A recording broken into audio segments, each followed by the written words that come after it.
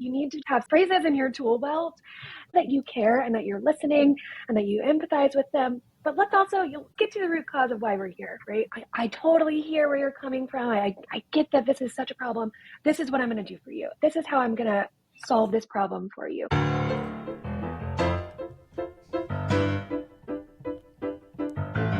You're listening to CX Passport, the show about creating great customer experiences with a dash of travel talk. Each episode, we'll talk with our guests about great CX, travel, and just like the best journeys, explore new directions we never anticipated. I'm your host, Rick Denton. I believe the best meals are served outside and require a passport. Let's get going. CX Passport travelers, I want to thank you again for the support, the energy that you provided Adam Hessler, our first CX job seeker guest for CX Passport. If you haven't had a chance, be sure and have a listen and give thought to how your network might help accelerate Adam's customer experience job hunt. Today, we return to what is quickly becoming a favorite episode style for me as we get the chance to help accelerate another CX job seeker. I'm excited today to talk with Emily Stubbs, most recently the Associate Director of Customer Service for Pair Eyewear in New York. Through a career with increasing impact on CX, Emily has cultivated expertise in various domains, shaping the contours of customer experience with this dash of finesse and innovation. Not content to grow just her own career, however, Emily currently serves as a volunteer CX coach for Zendesk startups, mentoring and coaching professionals on how to grow their customer career. Talk about paying it forward.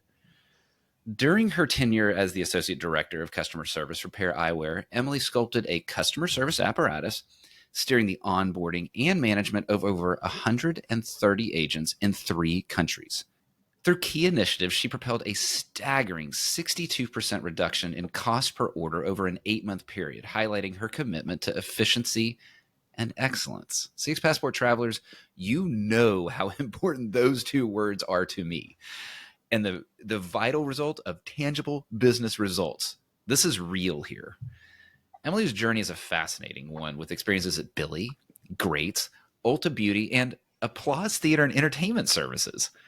That diversity of industry experience serves Emily well as she builds out her next great customer experience. Similar to how you surrounded Adam with your energy and networking support, I invite you to watch Emily's episode today and encourage you to consider how you can help accelerate her move to the next great customer experience role. Emily, welcome to CX Passport. Thank you so much. I'm so happy to be here. Yeah, this is like I said, I maybe gush a little bit here, but I'm really enjoying these because I just find such energy in talking to folks who are going through that next great search. Emily, let's start with a question that I ask everyone. What has drawn you to customer experience? Why is this particular field so important to you? Definitely. So my background, my degree is actually in journalism. So for me, it's all about stories. I love listening to people's stories. I mean, I know in call centers, they want the shortest phone calls possible. That's something I was always being yelled at for because I would just be chatting away with people, listening to their life stories. So that was something I was always QA'd against, but I think it went in my favor, honestly, because it was always about the connections with people. And I think, listening to people, really hearing them out, that's the way you do get to know people. And I think people know when they're having a very genuine experience with somebody. And I wanted to give every single person in customer service or experience the kind of experience I would want when I'm talking to somebody or when I'm calling somebody on the phone. There's so many themes that I just heard you say in there. There's the humanity aspect. I'm definitely hearing that. What does Emily love? Emily loves humans, which can be harder and harder to do in certain cases. So I admire you for that. I also hear kind of a golden rule style there. Why am I drawn to customer experience or customer service? Because, well, that's how I'd want people to deliver that for me as well. You talked about something that is interesting there, and that is that, hey, I got kind of QA'd for my length of call. That's something that Zappos has been legendary for, that they don't have an average call time or anything like that. How have you balanced that, though, knowing that there is an efficiency? Like if you're a contact center and if you are a BPO or anything like that, you have to balance those 2 worlds that building the connection with the customer and resolving that customer concern as quickly as possible. How do you help balance that? Yeah, definitely. I even had one of the most recent agents at Pair ask me about this. Like, I'm really struggling. I don't know how to solve this problem and then like keep going because I know we have so many calls we have to get to. And something I told her is you need to just have some tools or phrases in your tool belt that can Mhm. help kind of speed this along. Show that you care and that you're listening and that you empathize with them. But let's also, let's get to the root cause of why we're here, right? So something I always say to people is, you know, I totally hear where you're coming from. I get that this is such a problem. This is what I'm going to do for you. This is how I'm going to solve this problem for you. And I think that just kind of gives the customer a sense of, whew, okay, they got Right. me. I don't have to worry about this anymore. They know what to do. And it gives them a sense of relief, I think. This is your captain speaking. I want to thank you for listening to CX Passport today. We've now reached our cruising altitude, so I'll turn that seatbelt sign off. While you're getting comfortable, hit that follow or subscribe button on your favorite podcast app so you'll never miss an episode. Love if you'd tell a friend about CX Passport. Leave a review so others can discover the show as well. Now, sit back and enjoy the rest of the episode. Yeah, so you are at risk of bringing me into my soapbox for 2024, but this is not about me today. It's about you. But that idea of get crap done. And in this case, it's getting stuff done for the customer there. I don't want the explicit flag on YouTube, so I'm going to keep it PG here. But that idea of, yes, I'm going to be empathetic, not falsely empathetic. I'm going to be empathetic, and I'm going to tell you, here's how we're going to resolve what needs to be resolved. Because as a customer, I don't really care how nice you are to me if you don't fix my issue. So you are never going to restore your relationship with me if it just by words alone, but actually the action there. It sounds like that was an example of that, but what are some other ways that you've created these positive experiences for customers in your past? Yeah. So one of my favorite experiences, I love to talk about it, was at my very first job in New York City, which was with Applause. And Applause was actually a private ticket broker for Broadway shows. And I remember I was on the phone with somebody who was a little bit older, and she was so nervous to come to the city by herself. She was a little Aw. bit older, like first solo trip ever, but she was like, I'm going to come into the city. I'm going to see 4 or 5 shows. I'm going to do it. And she was so nervous about it. And I was so happy for her and so excited. So something I actually did, of course, you can't always do this. This is a very unique experience, but Sure. our office was based in Times Square. And I actually walked over to the theater with her. She was in our office. She came into our office and she was just so nervous. So I walked her over to the theater directly. I made sure she got in okay. And I remember she like called me the next week and was just like, I just had the best time. And that was just so nice of you. And I just think it was just such a unique experience. It was so cool to be able to do that for somebody. And again, I would want to do something that somebody would do for me, right? Or Right. somebody would do for my mom or my grandma, right? Right. Treat everybody like you would want your grandma to be treated, honestly. Is that the if I go to LinkedIn, is that what I'm now going to see as your headline? Treat Yeah, everybody that like you might treat their grand. that might be. I might have to like coin that phrase. So That may be the title of this episode, Emily. We don't know where that's going to go. We'll see what that's like. Okay, so certainly that surprise and delight there, and imagine that patron, that guest, that customer of your company there is telling others. And so there's definitely that sort of the NPS-ish sort of tell friends and family and that aspect of it. That can be hard though to actually tie to business results. You and I believe it, but it can be hard to tie it. So how do you see that delivery of customer experience actually affecting those tangible business results? yeah, I think it's so much more important than maybe companies expect, right? A really great example of stellar customer experiences, I want to say, is Hermes, actually. And I Okay. say that because I know that they seem like a little elite. Personally, I cannot afford an Hermes anything right now, but but I definitely admire their CX tactics, actually. So when you actually go into Hermes, you are basically um, assigned, gifted, I'm not sure the correct phrase here, Mhm. a sales associate. And so they get your number, they get the kind of bags you want, the color, the style, everything. Mhm.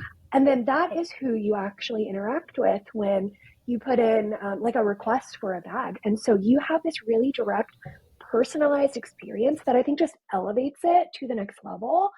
But I think a lot of smaller companies can actually really take note of that and bring that in-house, right?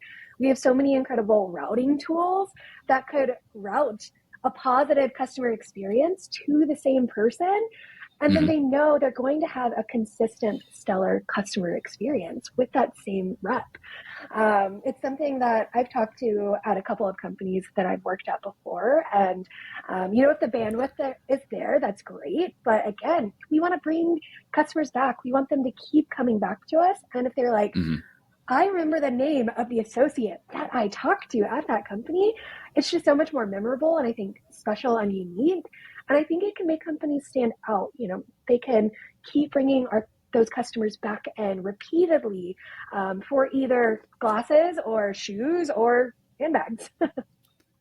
How? Yeah, I'm imagining that scenario. And actually, my brain was going back to a conversation that I've had with a fellow CX person online recently about a at least a reasonably luxury brand, perhaps maybe not Hermes or Louis or something like that, but it was in the audio space.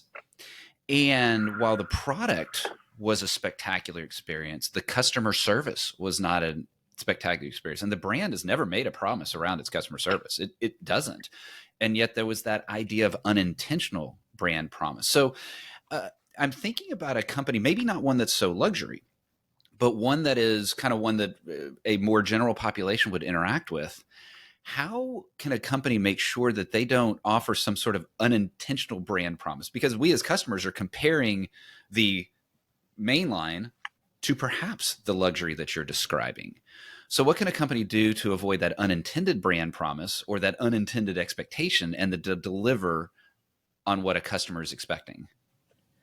I think there's definitely always some sort of expectation of any customer service team, right? Okay. And people will always compare one customer service experience to another. I think that's sort of always going to happen in a way, right? But I do think what companies in general can probably do is making sure that either self-service options are up and running. There is a solid knowledge base on the site. People as much as possible can seek out that information themselves. If they need help with something, setting their customers up for success themselves. I think a lot of Yeah. companies want to set up the companies for success, but sometimes they're not thinking about the customer. They're not thinking about the customer experience. They're not thinking about how is this customer actually going to navigate this site or anticipating their needs, right? So I think making sure that companies are actually setting their customers up for success is going to be really key in the future. Again, those self-service chatbots or knowledge bases, making sure that returns and exchanges are automated, which I know that there's so many wonderful systems out there like Loop and Returnly, things that make lives so much easier and can also take away some of those contacts from your customer service team. So I think that's definitely a couple of ways that companies can lean into it.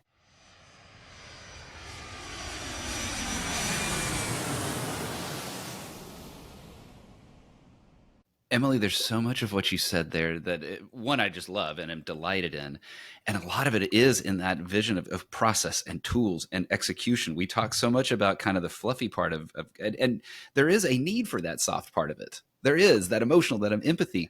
And yet the delivery of it comes down, not and yet, sorry. And the delivery of it comes through that. Do you have your knowledge base? Do you have your process? Do you have that in place? Do you have a well-equipped agent or pick role here to be able to do that so that the agent isn't put in a situation that makes the customer frustrated? Travel has a lot of opportunities for that kind of frustration. And one of the delights that comes with travel, and who knows, maybe the story of the customer that you described that was coming to New York, maybe she had a long flight or something like that. And hopefully she had a chance to go to that first class lounge. And that's what I'd like to invite you to do today, is join me here in the first class lounge. We'll have a little bit of fun here. What is a dream travel location from your past? Ooh, from my past. So I actually went there twice last year. I went to Seoul, South Korea, and it was All right. absolutely amazing. Tell me a little bit more about that. My son got to, I won't get into the details as to why, but he had to spend a weekend there when he was studying abroad in Japan. What did you enjoy about Seoul? What drew you there so much that you went twice? Yeah, so I'm actually a massive foodie. I love food. And during the pandemic, I actually found I really loved watching cooking videos. Okay. And somehow I ended up on Japanese and Korean cooking, like YouTube. All right. And Boy, I talk about would the rabbit hole. I know, right? They were just so calming, and there was just so many foods on there that I had never heard of before, and I wanted to try. And we have a great Koreatown here in New York City, so I started going down to K-Town, trying out foods that I wanted to try, things like that. And then actually, I'm also a really massive BTS fan. It's a band Okay. out of There's. Korea, and so You can it tell was me just later if you want me to edit that out of the yeah, show. okay, yeah. Maybe we'll. But yeah. So it was a That's really good awesome. time. It was so fun, foodie wise, culturally wise. Yeah. Saw so many amazing things. So, That's awesome. Ooh, that's good. And if there's any of your faves, we'll get those into the show notes. We can add that after definitely. the show and put those down if listeners, you want to find out where Emily enjoyed some of the treats of Seoul, or even the ones in K-Town, right? You know, a little bit closer for those in Definitely. the U.S. Going forward, that's pretty nice trip of the past. What's a dream travel location you've not been to yet? Well, one I'm going to in about 2 weeks, so I'm very excited about it, which is Japan. So I am Okay. off to Japan for about 2 weeks, actually, in 2 weeks, and I am so excited about it. So that'll be a really fun time. Actually, my Nice. first ever international solo trip. And then actually, Italy. I would love to go to Italy and just eat an insane amount of pasta. Oh, you are going to love or hate the next question. I do. When we end the episode, let me tell you about if you're a cocktail person. There is a wonderful, tiny 6-seat cocktail bar pretty close to the Shinjuku station there in Tokyo that I want to let you know about. Spectacular bartender, but yeah, you got to get there because it's 6 seats. But he does a phenomenal job in his cocktail crafting. All right, what is a favorite thing of yours to eat? Good luck with this question. I know the stress is really on with this. Can we talk about KPIs again? I would say sweets wise, just a classic chocolate chip cookie. I am so here Oh for it. yeah. Warm, what a great time. And then I would say savory. Honestly, French fries. I could eat a good fry any day of the week. That first of all, I love how you're answering all these with two, right? You're cheating and giving me two, but that's exactly how I want to live life too. Is like I'm not sticking with one. Yeah, it's amazing how I've come to appreciate, like you, that the French fry does not belong just at the fast food. And yeah, there's a good place for In-N-Out French fries. I'm not opposed to them. However, boy, a good, a steak frite or something like that. Yeah, Oh, I'm yep, with you there. yep. You All get right, it. You're getting my drift. Yep. I do. All right. Now, what's something growing up that you were forced to eat but you hated as a kid? Ooh, green beans. And now it's my favorite vegetable. I hear that a lot. The How funny. hatred becomes the loved. I never had a problem with green beans. I've always liked them. However, the fact that you've converted to enjoying them, welcome to the good side. Yeah, glad to be here. Thank you. All right, Emily, we're going to have to exit the lounge. And so, what is one travel item, not including your phone, not including your passport, that you will not leave home without? Ooh, I would say probably a power bank, just to make sure that my phone doesn't die. Wise. Yeah, because you are looking up everywhere that you're going. Comfort level, I have a turtle travel pillow, and it is the best like long haul travel thing that I've ever bought. And it's basically a travel pillow that has some like wiring in it. And it looks like a neck brace when you put it on, but it like props your head up so nicely. So you're not doing like the weird head drop thing the whole flight when you're trying to sleep.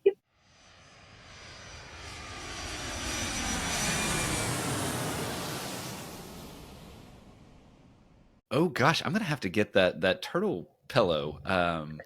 While there's plenty of opportunity to fly in business class at times, not always. And so, yeah, I can see how the turtle pillow, especially if you're heading over to Japan, you need that power bank and you need that turtle pillow to get yourself on that 14 to 16-hour flight. Let's get back into customer experience. What are companies missing today in customer experience? And what are your thoughts on how they can improve on that? I think that this can change depending on the team, right? Depending on the Mm-hmm. company. I can probably name off things at all of the companies that I have worked at that like, oh, they need to improve here, but they do this really well, or they need to improve here, or they do this very well. I would say just in general, putting more depth and more meaning into the customer experience. I think we really have such a plethora of customer data that we can actually pull from those experiences that we're already giving people. So we need to bring that back in house. We need to analyze that data. We need to look at what customers are talking about, and then how do we fix it? Yeah. I think that is just such a big one for me. Is can we look at tags? Can we look at customer sentiment? Can we look at the negative NPS scores and say, okay, what are we not giving to our customers? And there's so many, again, amazing tools out there that can like assist you in doing this. Right. But it could just be as simple as set up some automated tagging in your macros and look at the results from there. It doesn't have to be something big and fancy, especially if you're a small startup. But again, look at it. Is it a product issue? Is it a knowledge issue because of your agents? Is it, hey, I don't like any of the colors that you offer? Whatever it could be, use that customer data to actually Yeah. improve the experience and see how you can really use that in every sector of your company, not only customer service, right? How Yeah. can that improve product? How can that improve marketing? Mm-hmm. How can that improve socials? What do our customers want more of? And how can we give it to them? And I think a lot of companies can pull that from CX data, actually. Yeah. And something that I like that you said in there, and I think it's important for, all to hear, certainly the listeners and viewers of CX Passport, and that is it doesn't have to be the big fancy tool, right? If you are a startup and you can't afford big fancy tool, understandably so, there are ways to do this. And there's ways to even, maybe you don't do it completely, but you at least do it partially. Get started almost kind of like if you go to the gym. It's January, right? There are a lot of folks that just showed up at the gym for the first time, and they went in gung-ho and just destroyed themselves that first week and barely could move the next day, right? And so there's also that path of, no, get yourself, do a little bit here, do a little bit there, start to build that customer experience muscle, let's call it that, and then get yourself to something greater later. And I like that you brought that smaller, that it doesn't have to be the big, the fancy, the expensive. There's a way to do it. Definitely. How can you, like you specifically, Emily, how are you looking to help companies do some of the improvements that you're describing? How can you help improve customer experience and customer service for for companies? Too many C's there. Too many C's. So I think personally, I started off at my last job so early on and so bare bones. I can share my experience, right? So I started off at, Pair, and I was hire number like 4 or 5. I was super early Oh, on in wow. there. I was super early, yeah. We didn't have anything done there. We didn't have a single macro written, no tagging system. Really nothing was in place. So, and then of course it's a startup, right? Like we were so baby-ish back in 2020 that we didn't have a big budget for a crazy tech stack to build up, right? Right. So it was just sort of like, okay, how can I run this on like Google Sheets, Zendesk, and like a lot of coffee? And I think it's like just so interesting, like how capable some of these systems are that we do work with. But again, I think I can bring experience. I can bring what I learned and the mistakes that I made. I'm quite proud of every mistake that I made because, oh my gosh, was it a learning experience for me? And I only could get better, right? So yeah, I would say probably experience about like, what did I go through? How did I manage this? So bare bones, so just like nothing really in place except for like a CRM tool and again Google Sheets. So it's kind of amazing, like the kind of things you can put into place just with G Suite and certain things like that you probably have just sitting around. That's really important, especially for a lot of that startup space, right? In the smaller company to hear that, well, because I imagine a lot are like, forget about it. We don't have a chance. You're saying, no, I will come in and I will show you exactly how to do this because I've done it. You don't need to make the mistakes I made. I've made them. Let's not make them going forward. So let's pivot there. And Emily, let's kind of close that out. What is next for you with customer experience? Yeah, I'm looking at a couple of different paths, right? I've been associate director of customer service. So of course, I feel like most people might be like, okay, so she's going to pivot into like a CX director role, head of CX, which I'm so open to. I would love to do. And even building out another team like out of scratch, I think would be so stinking fun for me. But I also really love working with BPOs, which I found over the last 4 years. So something having to do with BPO management or like a client relations role, because I think BPOs are actually a really underutilized tool for a lot of companies. And, so many companies utilize BPOs, whether that's like the big wigs at Samsung and companies like that, or whether it's really small companies that might have a single internal hire like it was with me, right? Right. But you can train people at BPOs to either be frontline agents or do quality for you, go through CSAT, help you build all kinds of wonderful things. So I think BPOs are really wonderful and a very underutilized actual customer service tool than people realize. Well, I like your advocacy for it, right? And your energy for it, and not just the energy for the industry, but why it is valuable to the brands and then ultimately the customer experience that those brands deliver through the execution of the BPOs. So, hey, all my BPO listeners and viewers, get in touch with Emily. I think you've got someone with high energy here. Emily, if folks did want to get in touch with you to learn more about you and your approach to customer experience or reach out to you about, hey, I think we kind of want to work with you, Emily. Let's talk. What's the best way for them to get in touch with you? Definitely. So please add me on LinkedIn. Would love to hear from you there. Other than that, I believe actually all my contact info is on there. So Awesome. Please email me. Would love to hear from you. Please. Got it. I will drop Emily's LinkedIn URL into the show notes as always. And so listeners, viewers, you can go click there. Emily, fun ride today. Lots of laughs, lots of smiles as well.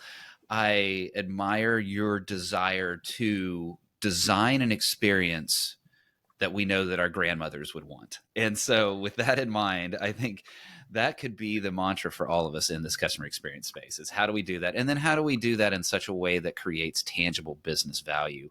And certainly the energy that you've got around BPOs and how those can be a way to really amplify a brand's ability to deliver customer experience was enlightening. And I appreciated hearing that. Emily, it was fun today. Thank you for being on CX Passport. Thank you so much for having me. I really appreciate it.